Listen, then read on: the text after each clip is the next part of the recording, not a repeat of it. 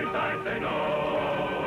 There's freedom on his banner, justice in his sword. He rides against the manor where tyranny is lord. Rich and poor, together we go.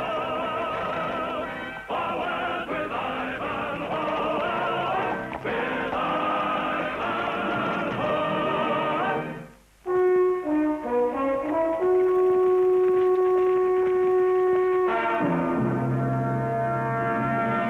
Good day to you. Oh, good day to you. Dismount, if you please. Do as he says.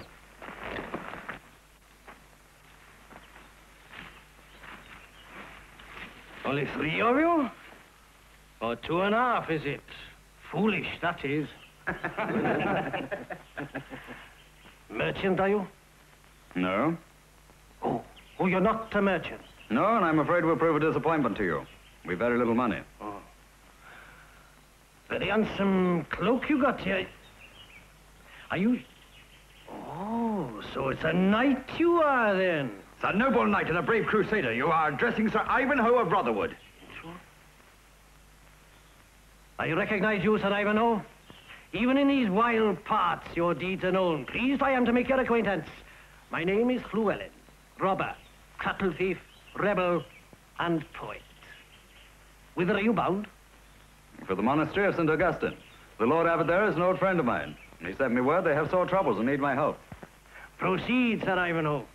Give them your help, and tell the good abbot that Llewellyn, like you yourself, attacks only tyranny and injustice. I wish you well. We wish you well, Llewellyn.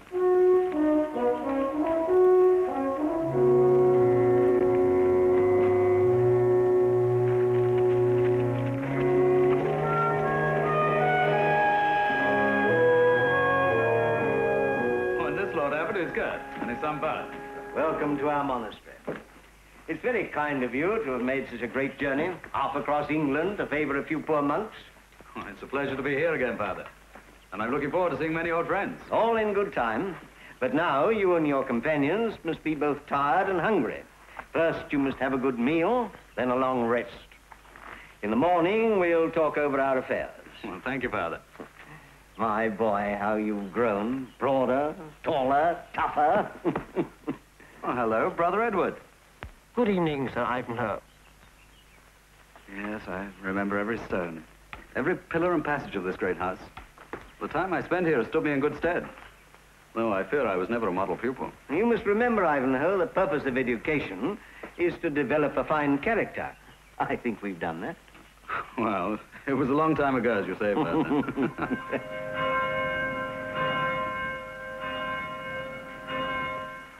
No, Ivanhoe, on that score we have no complaints. Indeed, during the past 4 years, our harvests have been greater than ever and finer. Heaven has blessed our humble labors. Well, this is a riddle. You say you prosper, yet you need my help. It is even so, my son. The Lord giveth, but the rule of Prince John taketh away. Taxes, so that's it. There's the record.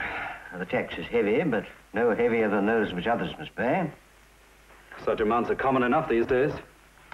The amount is not the problem. The tax must be paid on the first day of each month. Not in goods, always in gold marks. To whom is it paid? The gold must be taken to the castle of Ranelagh and handed over to Sir Rupert de Bracy. De Bracy?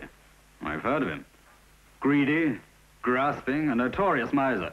Sir Rupert the Ragged, the people call him. The same. He's told me, quite unashamedly, that he covets this monastery and its lands. If a time comes when we cannot meet our debt, he'll claim the monastery and its lands. How far is Ranelagh Castle from here, my Lord Abbot? A day and a half away on the borders of Wales. Each month, one of the community must make the journey. The countryside swarms with Celtic robbers from the mountains. During the past 7 months, 5 of the brothers have failed to return. Somewhere between here and Ranelagh they've vanished, and so has the money. Have you any idea, my Lord Abbot, what fate befell these monks? Only that it was no accident. They disappeared without the smallest trace.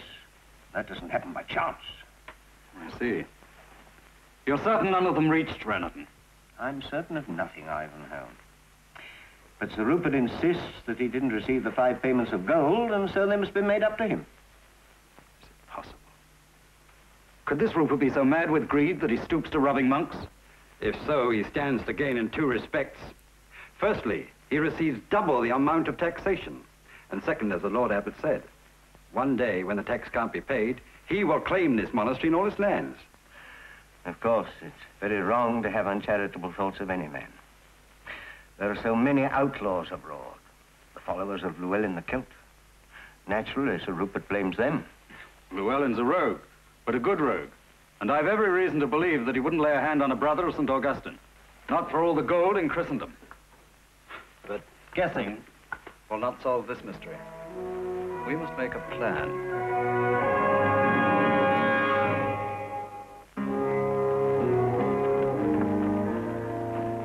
Good day, young sir. Have you lost your way? No, Father. My Lord Abbot said I might go where I pleased. See everything in the monastery. Good, good. What is this place? This is called the library. Library? What are you making? A book, my son. Or rather, a copy of this one. What is the purpose of a book? To preserve and spread knowledge and the holy word. Books are teachers and good friends, my son.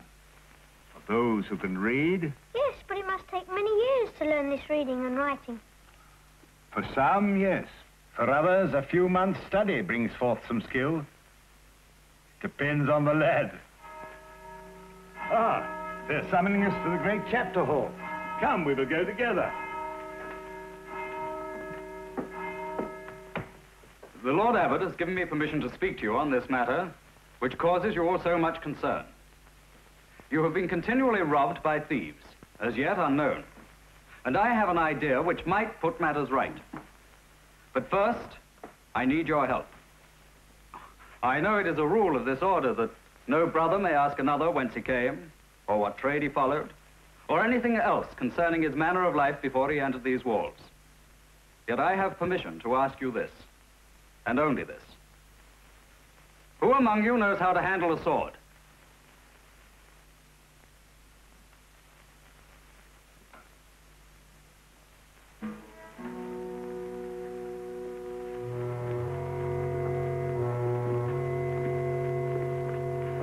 Yes, I remember you.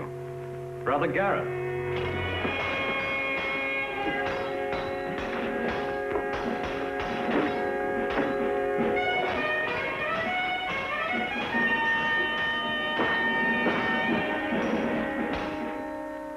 I see your arm has kept its strength and your eye its whiteness.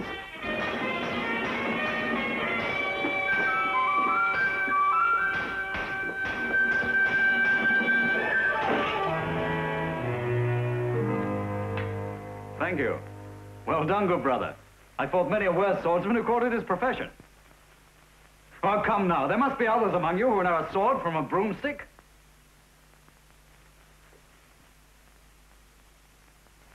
Excellent.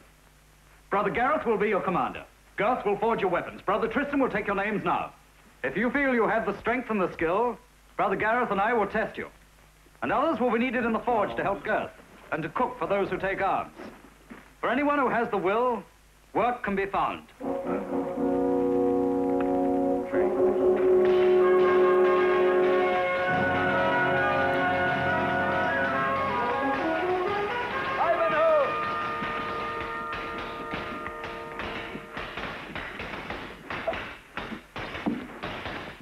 Good morning, my Lord Abbot. How are they progressing? Oh, fine. I should feel much happier if it could be done without bloodshed. No, no one can be sure of that. But the brothers are being trained only to defend. Use your feet, Brother Winford. That's what the good Lord gave them to you for. Feet and this heavy sword are both together too much to protect Brother Gareth. Now, the day after tomorrow is the first of the month, and another payment is due. This time, I will be your messenger to Rennerton, with Garth for companion and Brother Gareth's band following within call. I promise you, there'll be no violence, unless we're attacked.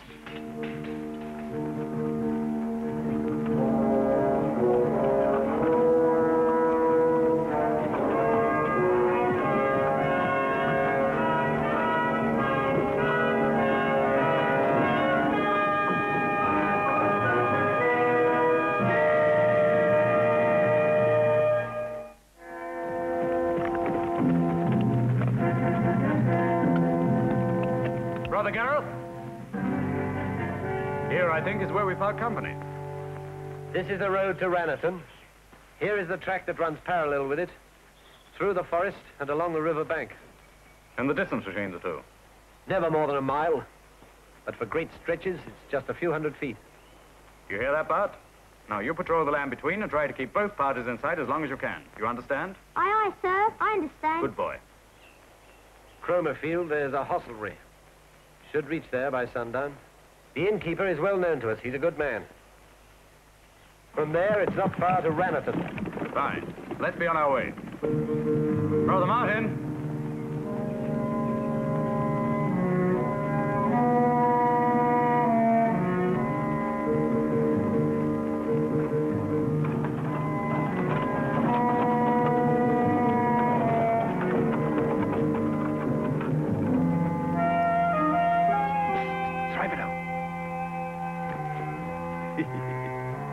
It's a good job I found these last night.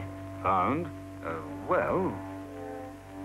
Oh, I don't think the Lord Abbot would sanction this, but it's all in a worthwhile cause.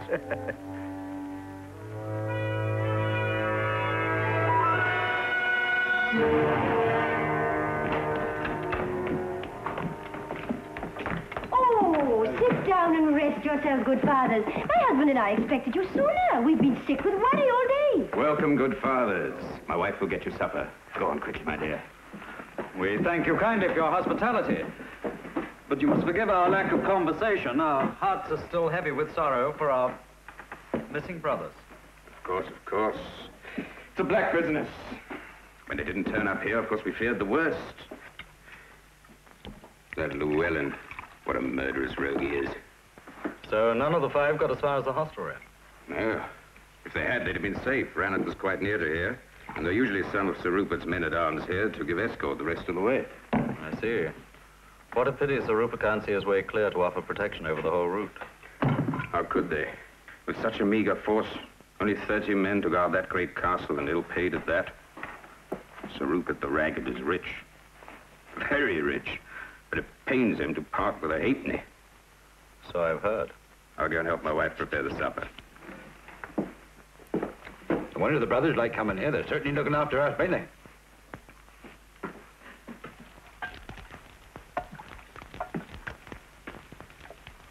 An excellent meal, landlord. Thank you, Father.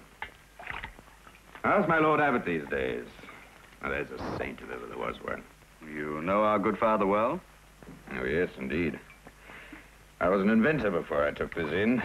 That's a hapless existence if ever there was one. However, the abbot kindly asked me to design a new wine press for him.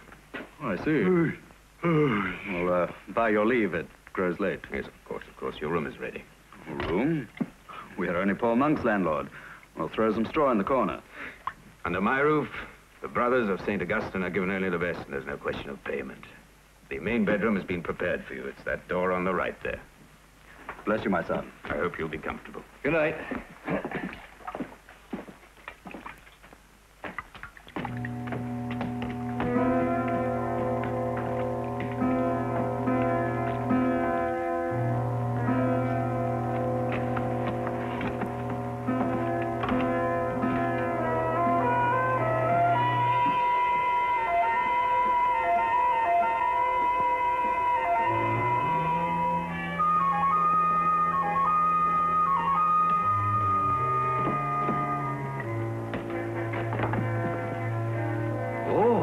Proud, eh?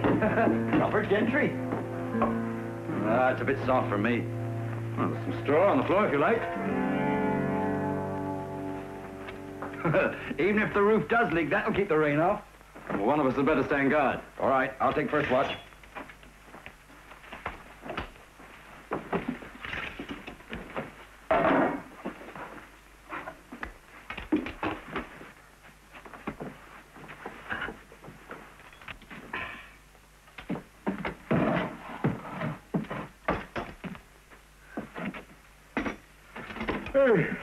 Oh, wake me in 3 hours. All right.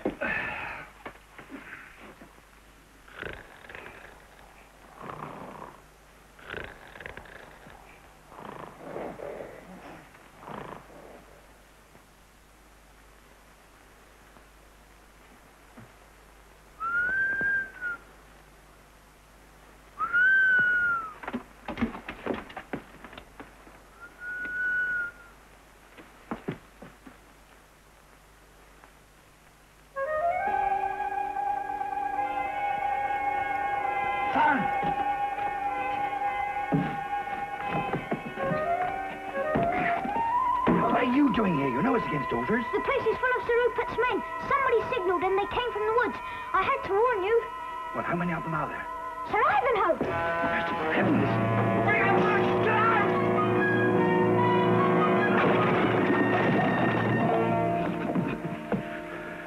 You were wrong, Girth. This wasn't meant to keep out the rain. And now we know what happened to those missing monks, sir. Yes, they're smothered to death by this foul invention. Rupert's men are down below. Bart came to warn us. Bart? Listen. Quick.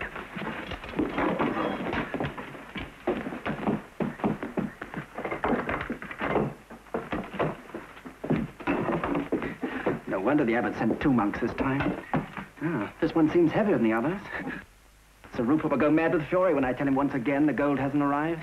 Will you believe that story about those outlaws again? I doubt it. More than likely, he'll accuse the abbot of never sending the money. Well, the fool is blinded by his avarice. Then we shall perform a small miracle and open his eyes.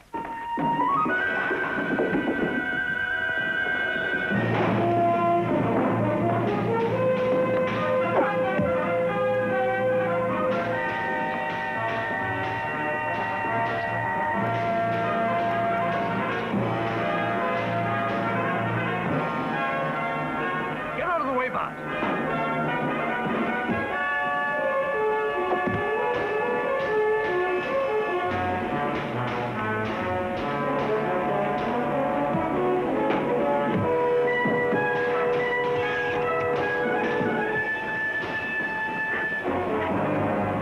Bart, I think it's time you played us a tune.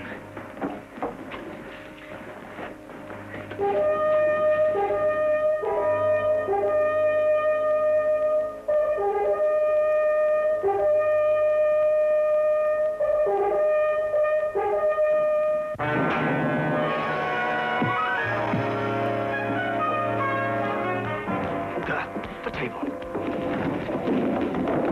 Let our friends in, sir.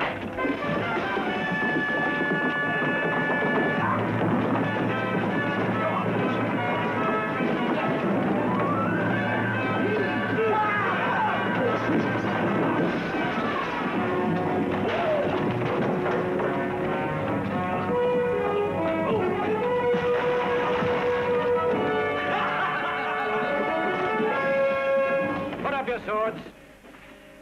Put your left hands behind your backs, my brothers. And remember, no attacking blows. Fight only in defense. Bart, my sword.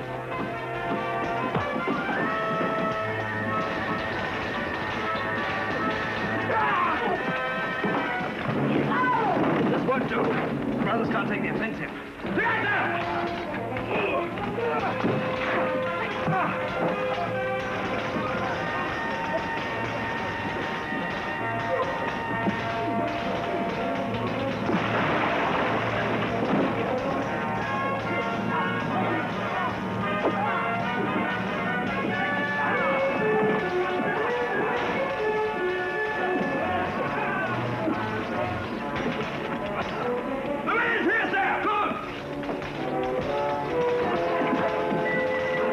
So, Sir Gareth, I serve you in battle once again. You remember that campaigning creed? Enough, Llewellyn.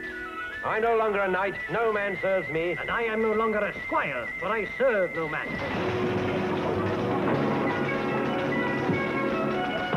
I've taken an oath never to speak of the past. This habit is my armor now. You're not. Though I still remember my young, brave Lord Gareth.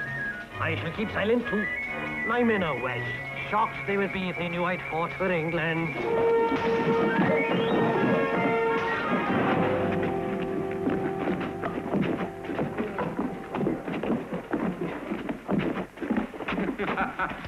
I done well, Sir Ivanhoe? Very well, Bart. Llewellyn, how did you find us? The monks followed you. We followed the monks. Perhaps now the good abbot will believe that I am a friend of his, that I only rob those who are themselves robbers. I'll tell him. Well, not one life lost and all our enemies captured. Well done, Llewellyn. And thank you, lads. And well done, Brother Gareth and my brothers in arms.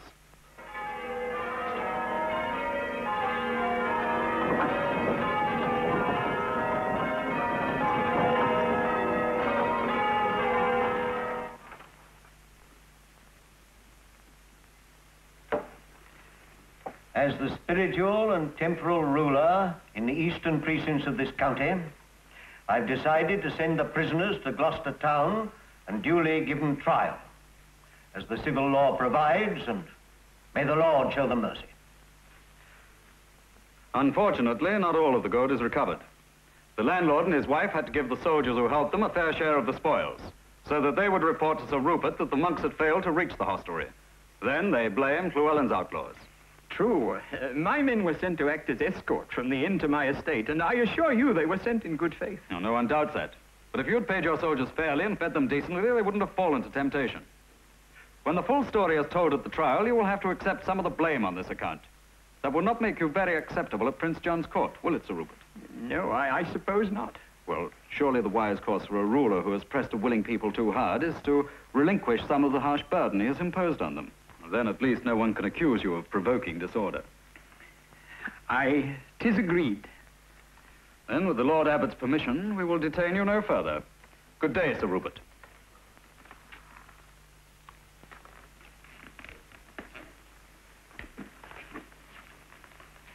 Poor man, his mind is sick. Now, my brothers, you must return to work. Come here, young Bart.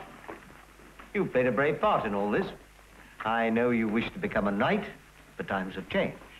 These days, a knight must have learning as well as courage and fighting skill. Stay here with us and we'll teach you. 'Tis a rare offer, Bart. And remember, Sir Ivanhoe himself studied here. We'll come and see you, son. If you think so, Father, I'd like to. I think you're wise. Now, let's see what we can find, eh? Ah.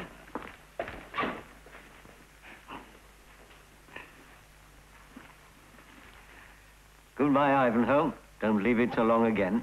Thank you, Father, we won't. Goodbye, Girth. We'll look after the boy. Thank you, my Lord Abbot.